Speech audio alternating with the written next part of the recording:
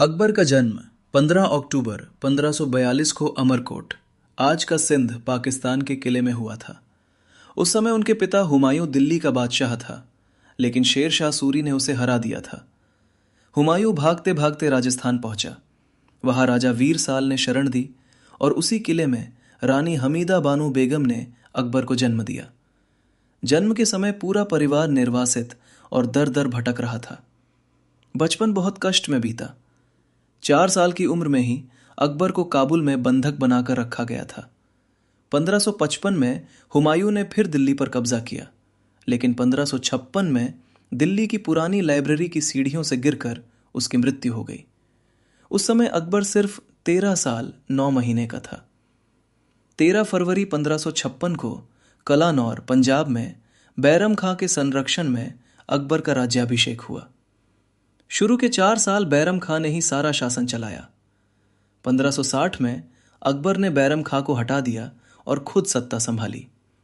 उस समय उसकी उम्र सिर्फ 18 साल थी। 1562 में अकबर ने आमेर, जयपुर की राजकुमारी हरखाबाई जोधाबाई से निकाह किया। इसी के बाद राजपूत नीति शुरू हुई। मानसिंह, भगवान दास, टोडरमल जैसे राजपूत उसके नवरत्नों और सबसे बड़े सेनापति बने। अकबर ने एक के बाद एक विजयें प्राप्त की। 1561 मालवा, 1564 गोंडवाना, 1567 चित्तौड़।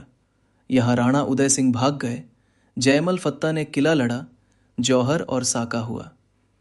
1559 रणथंभौर, 1572 गुजरात, 1574-76 बंगाल बिहार, 1576 हल्दी घाटी में महाराणा प्रताप को हराया, पर पूरी तरह जीत नहीं पाया।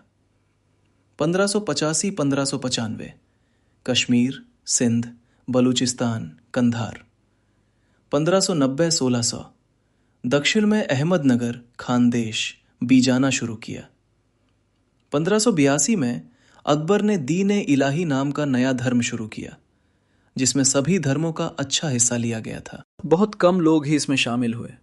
उसने फतेहपुर सीकरी को अपनी राजधानी बनाया और वहां बुलंद दरवाज़ा, जोधाबाई महल, सलीम चिश्ती की दरगाह, इबादत खाना बनवाया। नवरत्न थे बीरबल, तानसेन, अबुल फजल, फैजी, टोडरमल, मानसिंह, अब्दुर रहीम खान खाना, हकीम हुमाम, मुल्ला दो प्याजा। अकबर ने मनसबदारी व्यवस्था शुरू की। जमीन नापने की दहसाला पद्धति लागू की। जजिया कर हटा दिया। हिंदू मुस्लिम शादियां बढ़ाईं। संस्कृत से फारसी में अनुवाद करवाए। महाभारत को रज्मनामा बनवाए। उसके 11 बेटियां और 6 बेटे थे।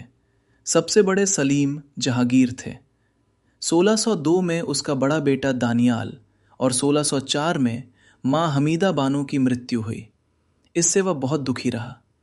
आखिरी सालों में सलीम ने बगावत कर दी थी। 1605 में अकबर को पेचिश, डायरिया हुआ।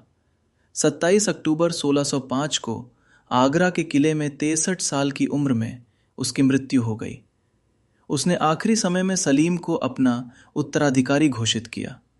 लाश को सिकंदरा, आगरा में दफनाया गया।